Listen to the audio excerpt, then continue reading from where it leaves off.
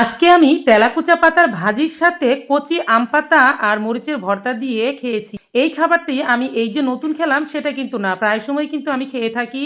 যদি আমি আপনাদেরকে এই কচি আম পাতা দিয়ে ভাত খাওয়ার টেস্টের কথা বলি তাহলে আপনারা একটুও বিশ্বাস করবেন না। এর জন্য আপনাদেরকে অবশ্যই ট্রাই করতে হবে।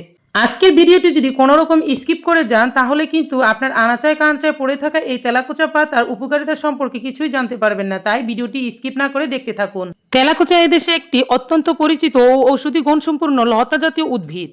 এর পাতা, ডাঁটা বা কাণ্ড এবং ফল সবকিছুরই রয়েছে অসাধারণ স্বাস্থ্য উপকারিতা। তেলাকুচার পাকা ফল দেখতে যেমন সুন্দর তেমনি এটি পুষ্টিগুণেও ভরপুর। পাকা ফল আঁশ বা ফাইবার সমৃদ্ধ হওয়ায় এটি পেট পরিষ্কার রাখতে এবং কোষ্ঠকাঠিন্য সমস্যা দূর করতে দারুণ সাহায্য করে। এটি পরিপাক তন্ত্রকে সক্রিয় রাখে এবং হজম প্রক্রিয়ায় উন্নত করে।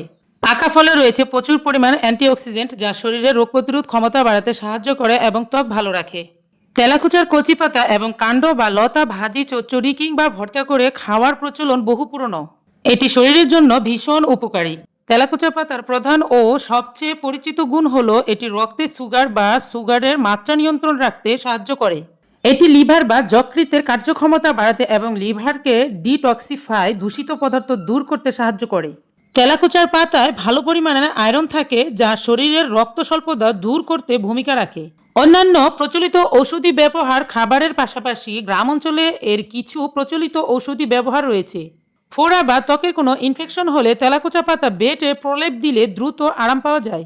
এর পাতার রস হালকা গরম করে খেলে সর্দি, কাশি ও জন্ডিসের উপশম হয় বলে মনে করা হয়। আপনারা যেখানেই তেলাকুচার ফলটা পাকতে দেখবেন, যদি ভালো থাকে সেটা সঙ্গে সঙ্গে উঠিয়ে খেয়ে ফেলবেন।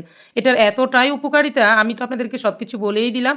দেখুন কতটা রসালো, এই টক মিষ্টি ফলটা খেতেও কিন্তু বেশ ভালোই লাগে।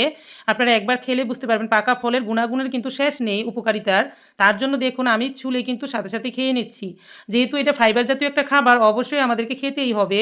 আর এটা কিন্তু আমাদের বাংলাদেশে এখন বাণিজ্যিকভাবে চাষ হচ্ছে, আপনারা কিন্তু অনলাইনে সার্চ করে দেখতে পারেন। তেলাকুচা অত্যন্ত উপকারী হলেও যদি আপনার সুগারের মাত্রা অনেক কম থাকে বা আপনি নিয়মিত ডায়াবেটিসের কড়া ওষুধ খান তবে এটি অতিরিক্ত পরিমাণে খাওয়ার আগেই চিকিৎসকের পরামর্শ নেওয়া ভালো। আপনাদের সাথে গুরুত্বপূর্ণ কথা বলতে বলতে কিন্তু আমি আমার রেসিপিটা তৈরি করে নিয়েছি। আমি প্রায় সময় এই রেসিপিটা তৈরি করে খেয়ে থাকি, আমার কাছে অনেক ভালো লাগে, আমি ছোটোবেলা থেকেই খাই। তবে আপনারা চাইলেও কিন্তু এখন থেকে এই তেলাকুচা পাতার রেসিপি তৈরি করতে পারেন। এটি কিন্তু শাক, ভাজি, ভর্তা যে কোনোভাবেই তৈরি করে খেতে পারেন, কাঁচা রস খেতে পারেন। এটা অত্যন্ত শরীরের জন্য উপকারী, সব কিছু আপনাদেরকে আমি বলে দিলাম। আগের যুগে যখন কিনা গবেষণা হতোই না তখন থেকে আমার দাদাজান বলে আসতো যে এটা ডায়াবেটিসের জন্য অনেক উপকার খালি পেটে রস করে খেলে। একটা সময় আমার দাদা বলতো যে এটা নিয়ে একটা নিউজ বের হবে। সত্যি সত্যি এখনকার সময় কিন্তু এটা প্রচুর পরিমাণে নিউজ পেপার, বই টই ইত্যাদি অনেক কিছু আছে যেগুলোতে আমরা অনলাইনে ঘাটাঘাটি করলে অসংখ্য পরামর্শ পেয়ে থাকি। তো আসলে তার জন্য আমার অন্তরস্থল থেকে দোয়া থাকবে, আল্লাহ যেন তাকে জান্নাতবাসী করে। আপনারাও দোয়া করবেন।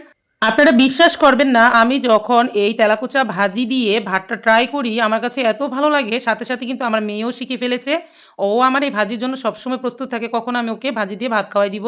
এই কচি আম পাতাতে কিন্তু অনেক পুষ্টি গুণাগুণ আছে, ছোট বড় সকলেরই কিন্তু কৃমি দমনে এই কচি আম পাতাটা অনেক বেশি উপকারিতা। আর এটা যখন মরিচ ভর্তা দিয়ে আপনারা একটু করে ট্রাই করবেন, মুখে দিবেন, এত সুন্দর ফ্লেভার আর গ্রান ছুটে আম পাতাটা চিবিয়ে খাওয়ার সময় মানে বলতে বলতেই কিন্তু আমার জিভেতে পানি চলে আসে। আমার কাছে তো মনে হয় এই সিজনটাতে আমি কচি আম পাতা দিয়ে ভাত খেতে থাকি। আমি মরিচ ভর্তাটা শুধুমাত্র করেছি কিন্তু হালকা একটু সরষের তেল আর লবণ দিয়ে। আপনারা কিন্তু শীতল দিয়েও ভর্তা তৈরি করে নিয়ে কচি আম পাতাটা খেতে পারেন। আর আজকের এই ভিডিওটি যদি আপনাদের কাছে একটুও ভালো লেগে থাকে তাহলে অন্যের উপকারের জন্য ভিডিওটি দয়া করে শেয়ার করে দিবেন। তাহলে আজ এই পর্যন্তই। আরও একটা নতুন ভিডিও নিয়ে আসার আগ পর্যন্ত আপনাদেরকে সকলকে আল্লাহ তাআলা ভালো রাখুক। আল্লাহ হাফেজ।